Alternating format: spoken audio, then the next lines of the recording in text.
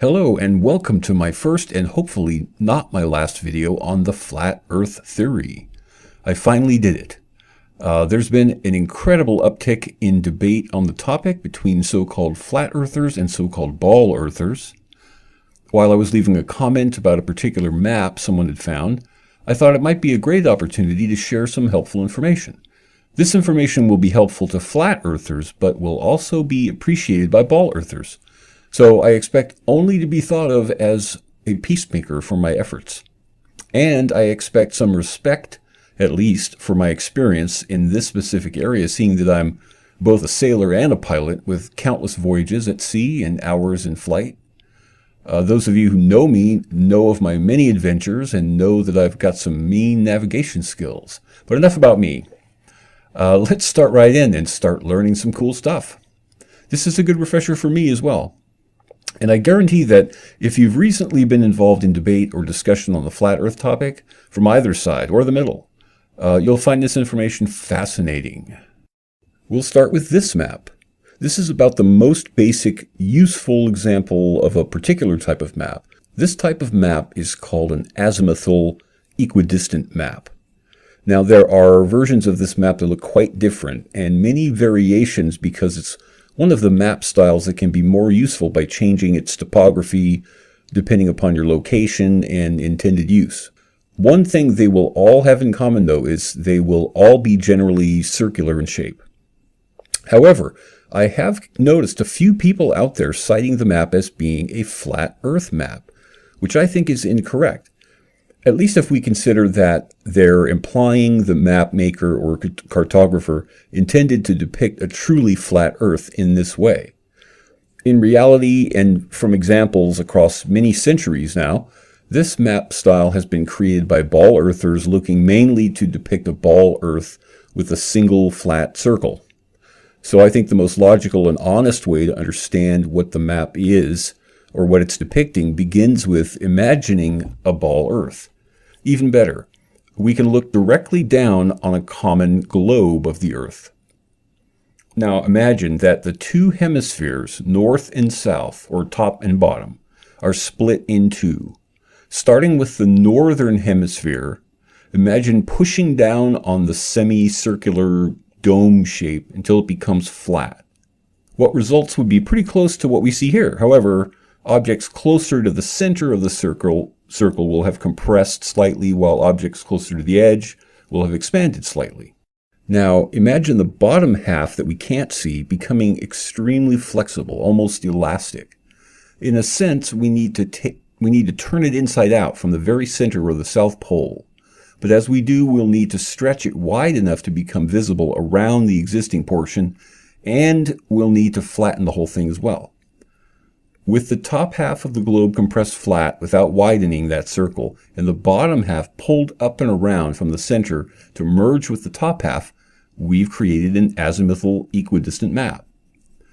Before we get into how this type of map is commonly used today, let's look at a few historical examples.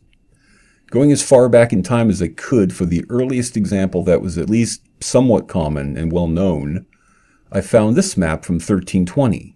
It was made by Pietro Visconti. I would need to look closer and do some research to know how accurate it really is. This relates to how the map is often drawn dependent upon the maker's location. But to my eye, it looks like a damn good map. I mean, it's hard to imagine it was created without the aid of technology unavailable at the time. If not that, then spiritual guidance or extrasensory perception or something might have been involved. Next, here's an example from 1350 by Ranulph Higden from his Polychromicon. I'm going to go out on a limb and say that this thing is completely whacked out. If you're someone who thinks the Earth is much younger than claimed, that it's expanding over time, or that the land masses have morphed to an extreme degree in the past millennia, then this map may be for you. I believe some of that, by the way. Skipping along exactly 100 years to 1450, because the last one was from 1350, we have a map by Fray Maro, a Venetian, I believe. It's quite detailed, but I can't say how accurate it might be. The most recent map of this type I'm going to show you is this one, from 1890 actually, the Gleason's New Standard Map. At this point, the accuracy has improved to the degree that risk analysis for global shipping didn't consider it an unacceptable legal liability to have people navigating by this map, or something very close to it. Notice that it reads longitude and time calculator.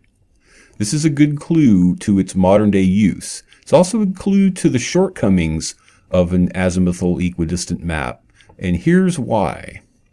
If you recall what it took to contort that globe of Earth into the flat and circular disk that we see with this map, there was massive distortion occurring, obviously.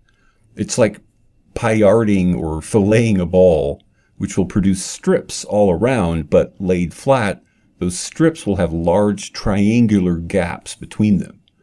So what this map does is to stretch the area latitudinally to bridge those gaps. More importantly, though, the lines of longitude are kept perfectly straight in the process, hence the term longitude calculator shown here. As the Earth is divided into what are called meridians, it requires division by some marker, which are the lines of longitude. But this does create a problem for anyone hoping to use a map of this type for navigation purposes. Navigation involves directionality and distance. This kind of map is pretty much horrible for use at either, but it's perfectly accurate for navigation purposes if your point of departure and destination are both located along one of those lines of longitude, which is not very likely. Just as unlikely, though, but not totally unrealistic, is that both points will fall on two adjacent lines. This map is designed for plotting in straight lines, but to attempt to correctly plot a course that could be navigated between two adjacent lines of longitude will send you off course. The true distance will also be anywhere up to 100% off, depending upon how far away your points are from that map's center. Now, I mentioned how this variety of map is often tailored to suit. You can see why this might be helpful or necessary from what we've learned about its limitations. Basically, you'll find examples of this map that disregard the poles and center the map on a point of interest or where someone is located. For example, here's one that's centered on Cairo, Egypt. Here's a version centered on New York. You'll find other examples, usually centered on ports of call. But you can see how understanding more about how this map is designed and how it differs from other maps could curb some of your enthusiasm about the concept of an Arctic wall surrounding a flat Earth disk. That's not to say it's an impossibility, but if we were to shift the area of the Earth just right, centering it on the spot exactly opposite North Africa, for example, we could create a fully functional and entirely authentic version of the map with a Great Wall of North Africa surrounding it. But if we continue shifting things, theoretically, we could create a version where any place became at least a thin wall around it, like, let's say, Bakersfield, the Great Wall of Bakersfield, or Compton, for instance, any place. I have two maps to show you before I conclude. The first is this one, which I thought was relevant because some maps like this will employ the same technique as an azimuthal equidistant map, but they do it without joining the two halves. The result is actually less distorted, but lacks the ability to plot both distance and direction with a straight line in one line along the longitudinal lines. It's interesting nonetheless. And finally, this map. You may have seen people pointing to this logo, which is the United Nations official symbol, as some degree of evidence that the Earth is flat. It's true that there are 33 quadrants, or hextants, or whatever, counting the middle circle. And I'm not going to argue this choice of map isn't significant. It might be, but from what we've seen and considering how common the azimuthal maps are, it seems less clear. Some may argue that the map shown here is largely accurate, but lacks one crucial element, the southern Arctic wall that should be surrounding it. As someone with a fair amount of design experience, I think I can understand why that might have been left out. If, for instance, I was designing the symbol myself and did include the outer landmass, or that Arctic area, Arctic wall area, I can imagine I might have thought it looked too much like one of the concentric circular lines, or that it conflicted with the outermost line. And considering the thickness of those lines, the outermost line may actually look very much like this southern Arctic wall. So omitting it would have been maybe one option, and it made it look cleaner, for example. And I would have considered that. Plus, other maps aren't necessarily or aren't usually circular. And this circle shape is very easy to work with in a logo type, just for example. That concludes my presentation, which I hope was interesting and informative. This was a big detour from my usual fare. Mainly, I hope it's helpful to all the flat earthers out there whose courage and creativity I do admire. Thank you.